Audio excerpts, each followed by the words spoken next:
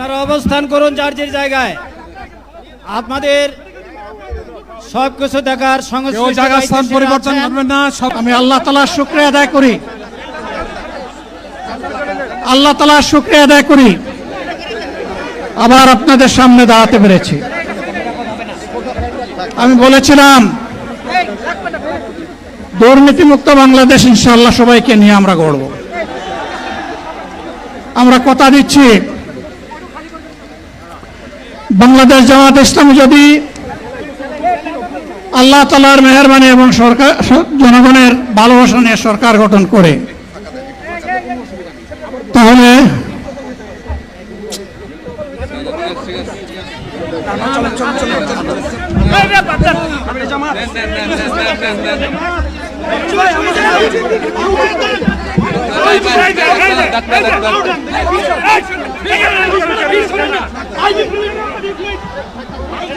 আপনারা নিজ নিজ জায়গায় অবস্থান করুন।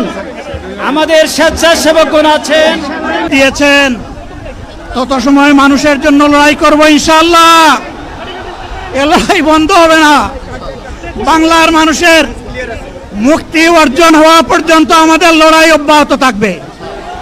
বলছিলাম জামাতে ইসলামী যদি আল্লাহর ইচ্ছা এবং জনগণের ভালোবাসায় বাংলাদেশের মানুষের সেবা করার সুযোগ পায়, তাহলে মালিক হবে না, সেবক হবে ইনশাআল্লাহ।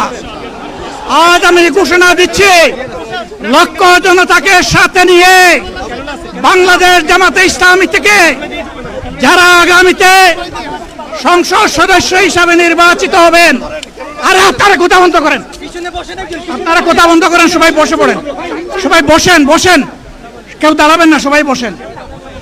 যদি আল্লাহর ইচ্ছায় জনগণের ভালোবাসায় বাংলাদেশ জামাতে ইসলামী থেকে সংসদ সদস্যরা নির্বাচিত হয়ে সরকার গঠন করেন, তাহলে কোনো এমপি, কোনো মন্ত্রী আগামীতে সরকার কিন্তু প্লট গ্রহণ করবে না। কোনো এমপি এবং কোনো মন্ত্রী ট্যাক্সবিহীন কোনো গাড়ি চড়বে না। কোনো এমপি এবং কোনো মন্ত্রী তার নিজের হাতে কোনো টাকা চালাচালি করবে না। কোনো এমপি এবং কোনো মন্ত্রী যদি তার নির্দিষ্ট কোনো কাজের জন্য বরাদ্দ পেয়ে থাকেন, কাজ শেষ হওয়ার সাথে সাথে বাংলাদেশের 18 কোটি মানুষের কাছে তারা তার প্রতিবেদন তুলে ধরতে বাধ্য হবেন।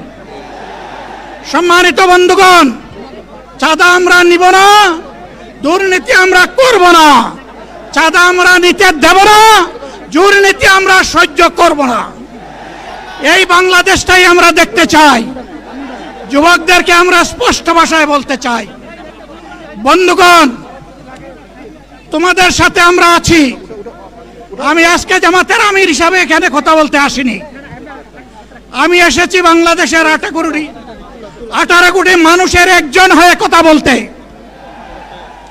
আমি শিশুদের বন্ধু, আমি যুবকদের ভাই, আমি বয়স্কদের সহযোদ্ধা, আমার বোনদের আমি ভাই। সুতরাং তাদের মুক্তির জন্যই আমি দায়িত্ব নিয়ে আজকে এখানে দাঁড়িয়েছিলাম। আল্লাহর ইচ্ছা শরীর আমাকে সাময়িকভাবে সহযোগিতা করে নাই, এটাও আল্লাহর ইচ্ছা যে এখন আল্লাহ আমাকে কথা বলার সুযোগ দিচ্ছেন।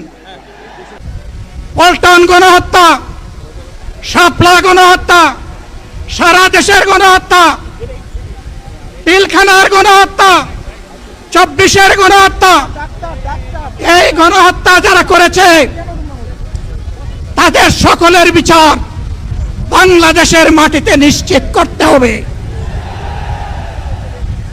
এদের বিচারের দৃশ্যমান প্রক্রিয়া শুরু না করা পর্যন্ত পুরানা ব্যবস্থাপত্রে বাংলাদেশ আর চলবে না।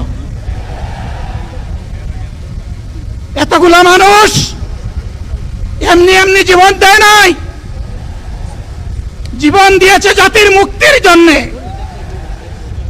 যদি বস্তাপোতা পুরানা সবকিছুই টিকে থাকবে, তাহলে কেন তারা জীবন দিয়েছিল?